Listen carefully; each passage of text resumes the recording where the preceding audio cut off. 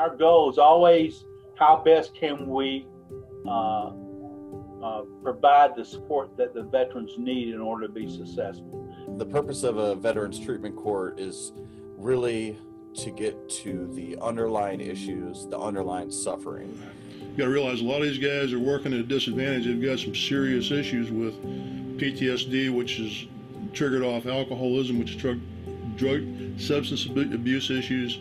Sorry, it's kind of a emotional subject for me, but it's something that, you know, ensures that we're assisting veterans and turning them back into productive, law-abiding members of society again. Once they complete our program, we don't let them go. We need more attention. Awareness is key. It's kind of like having a fairy godmother department working with you in the court. With attention, we hope then we can get continued funding. And this is an issue that all the courts are facing. VTCs ensure that, you know, we're doing more for our veterans. It helps to relieve their stress because they're all dealing in a fog. Veterans treatment courts save lives. They work and they prevent recidivism. Our purpose is to basically, through treatment, through accountability, supervision for about 2 years, walk with them on the journey of change.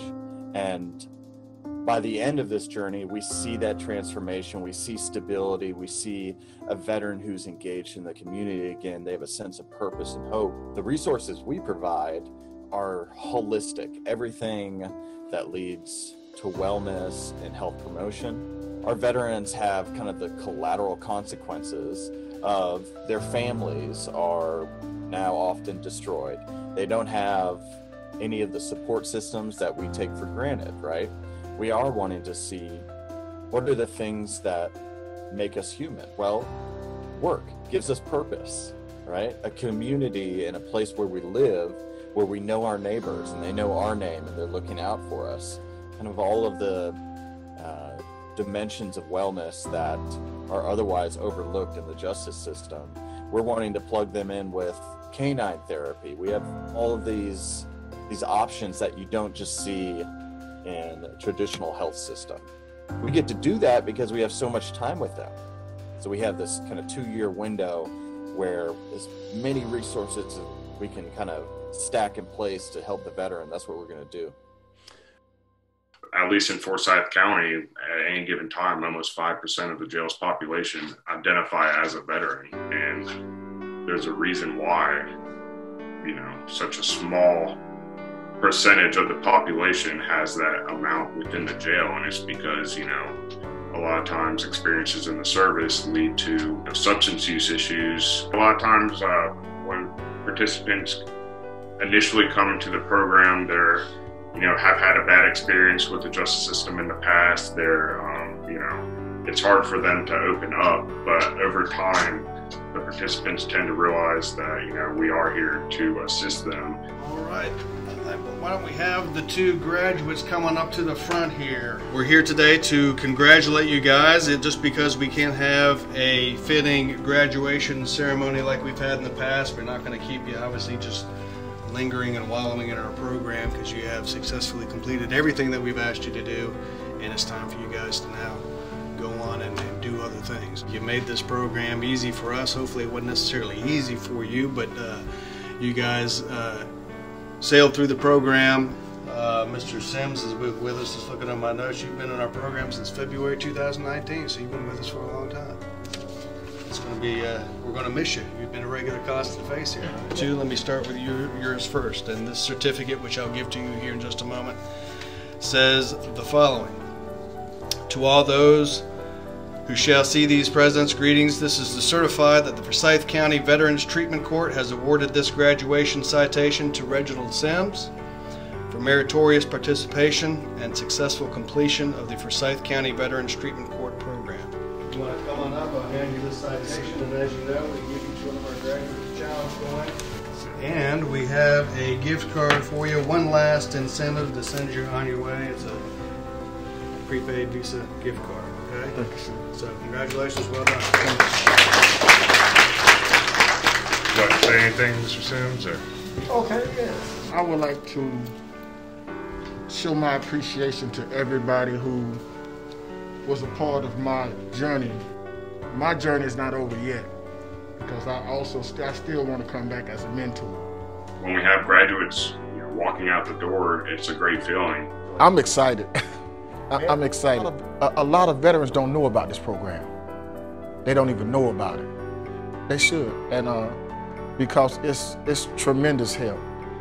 If they can help you, they extend their hands. I'm a veteran myself. Judge Soprell's a veteran. We've all experienced service, and I don't think some individuals realize how close they could be to being in their shoes. We're all veterans, so we're all, trying to just help each other out. Even at the age of 59, I'm still learning myself. That's sad sometimes, but I'm still learning myself. And this program has opened up, it has opened up doors. I've been working as a mentor. I've been doing this about 5 years now. The biggest thing with any of the veterans courts is be honest with the judge. Do not blow smoke, because he already knows the answer probably. Well, I'm Lou Oliveira. I'm one of 10 district court judges in Cumberland County, North Carolina.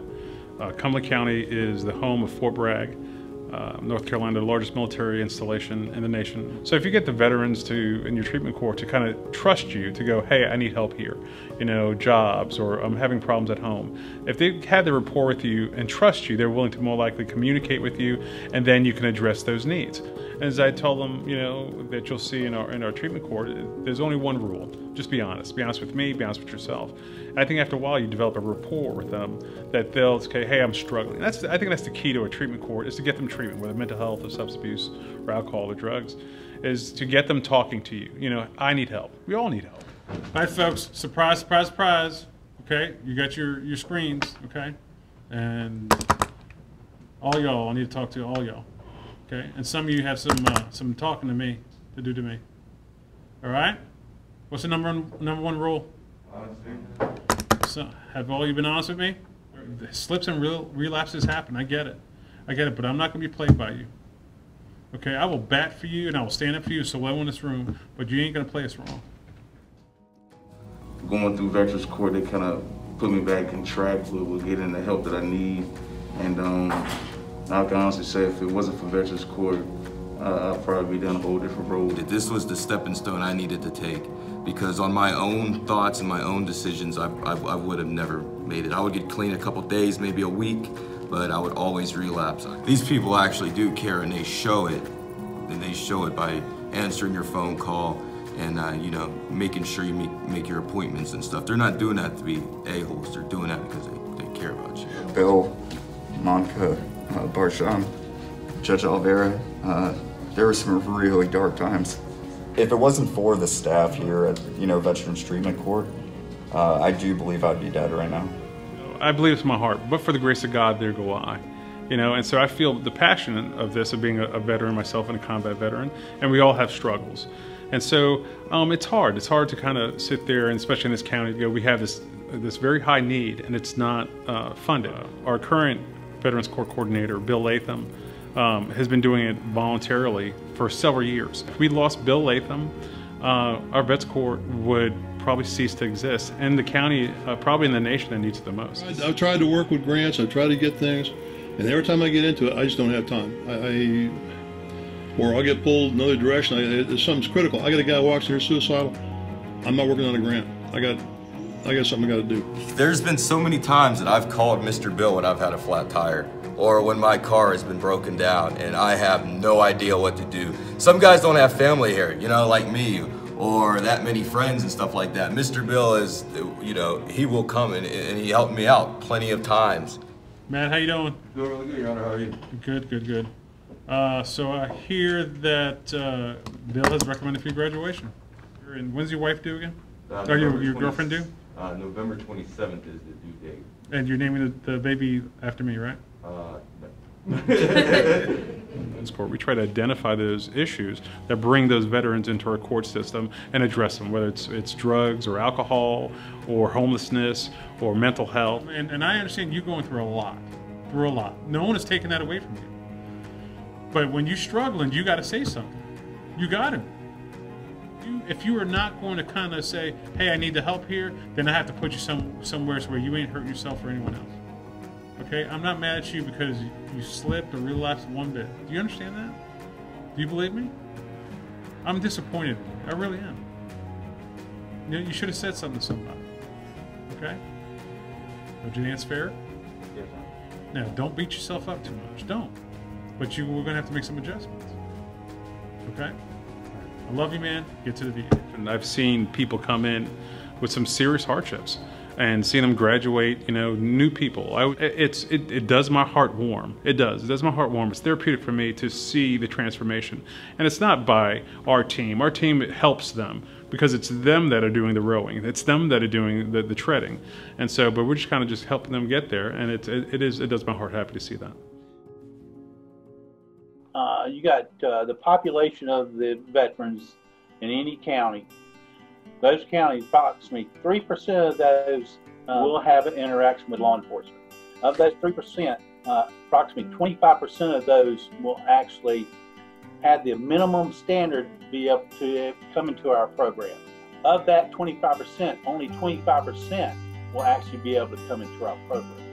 We're helping those that really need the help, and because it's about life and death. Over 80% of our veterans have co-occurring disorders, which is mental health and substance use disorders.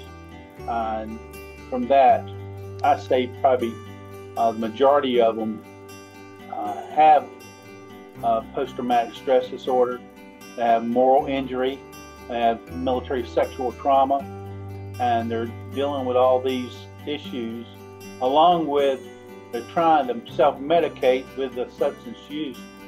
And it's a recipe that has there's no winner at the end. There's 19 things that we track on these individuals whenever they come into our program. We start that individual off with called a stress number. And that's the start. And we track that stress number as they go through the program. And you can see that stress number go down to the point where it's most of the time those who are getting ready to graduate, that stress number is 0. Veterans Court came to me, offered me assistance, and I took it. If not, I would be in jail right now. And this has been a godsend for me. Got in some trouble. Caught a few DWIs. I had a series of DWIs. Well, I got a DUI, and it was my 3rd one. For you, what was it? Marijuana. Growing it. It's just PTSD symptoms and everything was just so overwhelming for me. PTSD. If you went to the traditional court, what would the alternative have been? I would have been locked up. Yeah, I'd be in jail. I would also have a felony following me around, which I didn't want. I don't know how many crazy fines. Yeah, it'd be ridiculous. This treatment court will make that felony go away. Admonish it. Be disappeared, gone. It helped me actually realize what I was doing, what was making me act in negative ways, and then just being sober. I've been clean for 311 days today. You know the day. Know the day. Not that I'm counting or anything. Somewhere around December is when I first got sober, and it took about 4 months for me to really get into the mindset of, okay, that was the drugs making me do those things. It's turned out to be a God-sent thing. It's a blessing because I am sober. 30 days in. They gave that to you when you started? Actually 60. I had to get it out of my system, which took 30 days. No, they gave this to me today. I think a common misconception with veterans treatment courts is that it's a slap on the wrist and that we're giving them some break.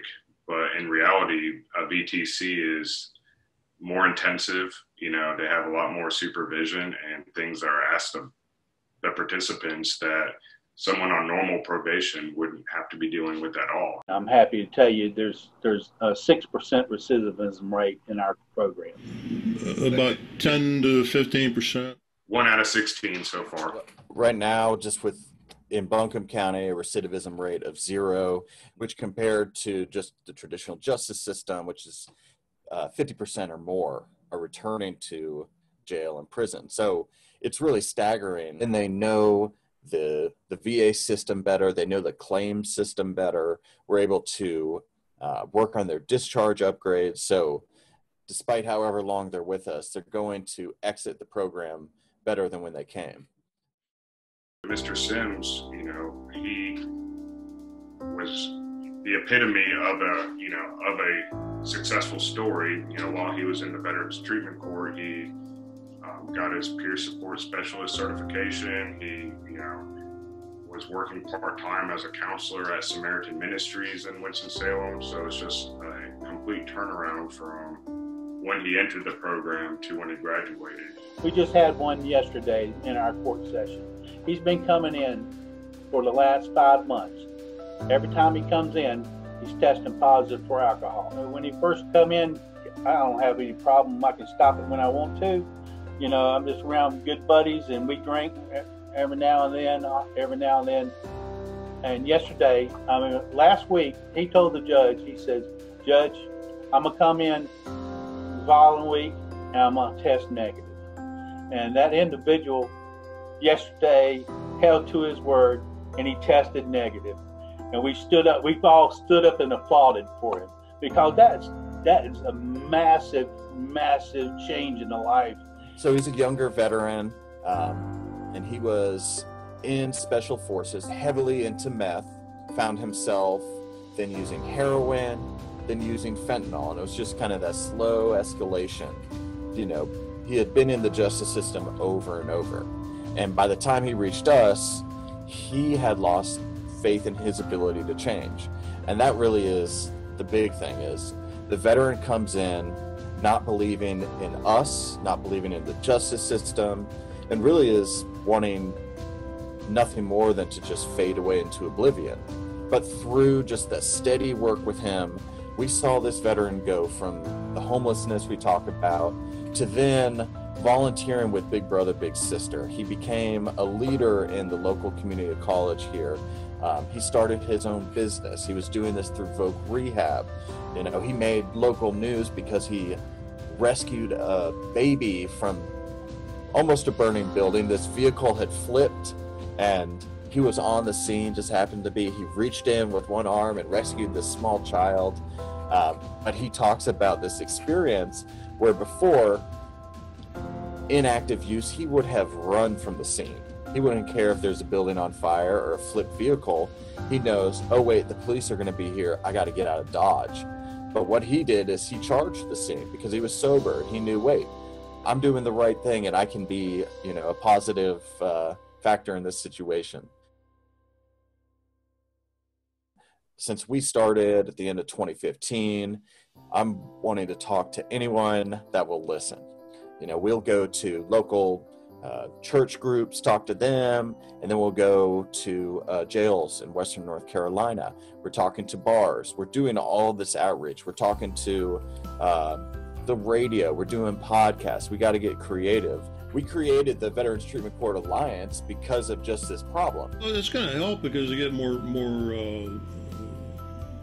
publicity on it. This is an alliance between 4 courts and 2 other members that's getting ready to try to start a court, and we're looking at Catawba and Rowan County being the other 2 courts. Ideally, we would have more across the state, especially in, you know, Durham, Greensboro, other bigger cities within the state. Expanding them it's a great idea, whether it's a veterans court or a treatment court. And there's a definite need in North Carolina. We got together and we said, hey, what are your challenges and what are your strengths? And through that, we all agreed continue stable funding is our biggest challenge, and then promoting awareness. Those are kind of the big things. And our motto is bringing hope to North Carolina veterans in need. It just needs to be more normalized, and people need to be aware of what they are. Basically, we're trying to establish there's an awareness of this program, not only to politicians and the stakeholders, but also to attorneys and everything else, that this is available. The biggest thing, I mean, if the system, the government's going to be serious about this thing, they should come up with some funding for permanent full-time county positions. because that's what you need. The Veterans Treatment Court Alliance is all of the program directors coming together and saying, all right, let's put our minds together and see what we can do.